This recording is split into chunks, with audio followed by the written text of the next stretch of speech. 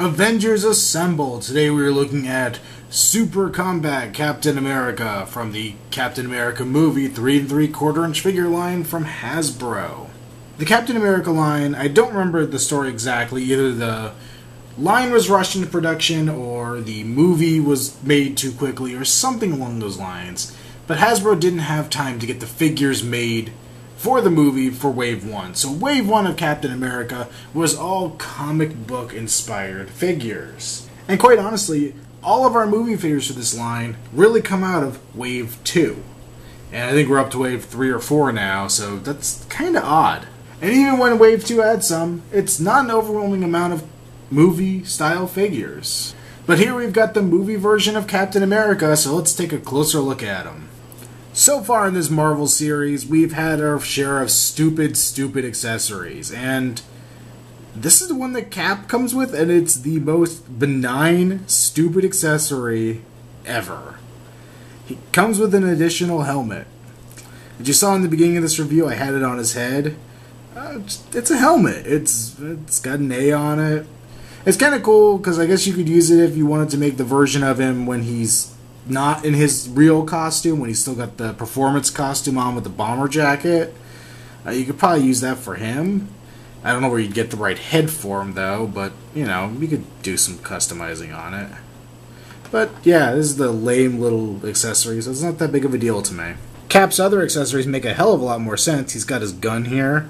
It's pretty basic, no paint on it or anything, just a grayish silver plastic, but it works, it does its job.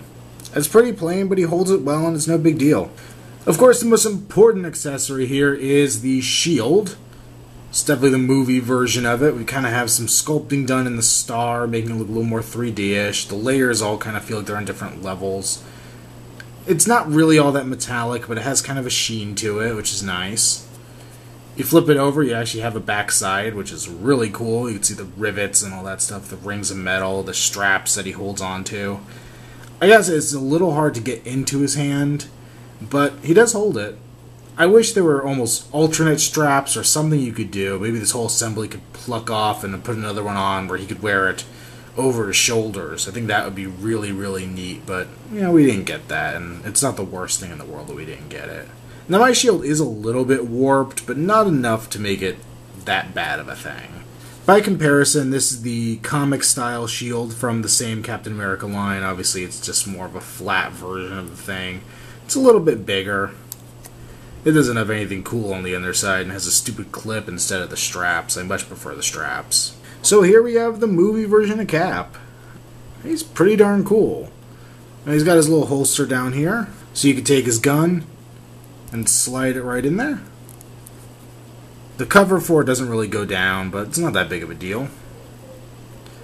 He's got a lot of good detail on him. The costume's pretty darn accurate to the film. He's got the kind of textured upper part here. He's got suspenders, the different lines and padding through the costume. They really do a good job of bringing out the three-dimensional feel of that whole costume. By the way, I loved the Cap costume in this movie.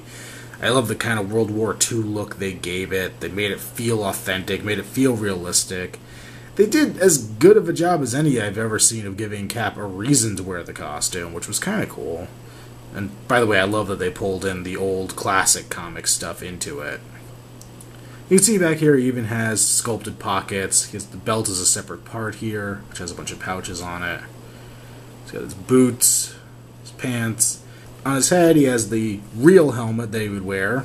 If you bring in the extra one, obviously it looks kind of big and ridiculous, but take it off, he's got the real helmet, the chin strap, the painted on wings, the A, and even the little mask. Pretty well executed figure overall. For articulation, he has a ball-jointed head, ball-jointed mid-torso. It does kind of stink that they almost couldn't have made these suspenders separate parts so that it would move with the figure's movement, but I understand why that would be just really hard to accomplish. Pin socket shoulders, so you get a good range of motion, 360, up and down. The way his shoulders are sculpted, if you move his arm up, the best you're going to get is about a 45-degree angle. You can't really get his arm straight up, but it's not the biggest problem. You could also bend at the elbow and rotate, which can get you the arm more close to vertical in the air. Rotate the wrist. Now, I've complained on the Thor and Iron Man figures about the movie-style ball hip joints. These ones are a lot better because they're meant to follow the sculpt of the pants. So they actually have a little bit more to hold on to, and you could rotate them a little bit better. It makes it a lot easier to move them, and I think these are a much better execution. Obviously, they wouldn't make as much sense for Iron Man, but they could have been done on Thor. There's no reason why Thor couldn't have had this style.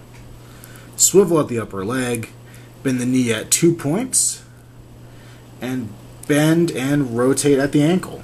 Overall, I feel like this is an excellent figure. It was really just kind of a tease to get the Captain America line, not get a movie figure off the bat, especially seeing that Thor was mostly movie figures or repaints of movie figures. It was just kind of weird to have to wait for the figures in this line. It was worth the wait though. This Cap is really freaking cool. I know a lot of my love for this is I really like the movie, I really like the way the costume was designed. I was a fan. I was totally a fan of it. And I feel like the figure does it justice. The figure looks the way it's supposed to look. They didn't skimp on him. He's got a shield. He's got the gun that he uses in the movie. He's what he needs to be, which so many of these figures seem to fall short or not have the details they're supposed to have, but this one just seems to get it. It really is a shame we didn't get either of the two other looks he had in the movie, either the costume, goofball on stage version, or basically that same version with the bomber jacket and the pants and the helmet and all that stuff where he's actually going to go rescue all the guys. It's a shame we didn't get either one of those, and I can only hope that maybe for some weird reason we'll get it in the Avengers line or something. It would have been so cool to have those along with it though.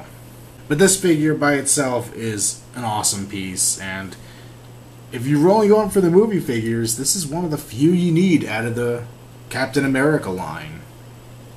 This has been another Outside the Box review. Stick with us as we continue to count down to Avengers.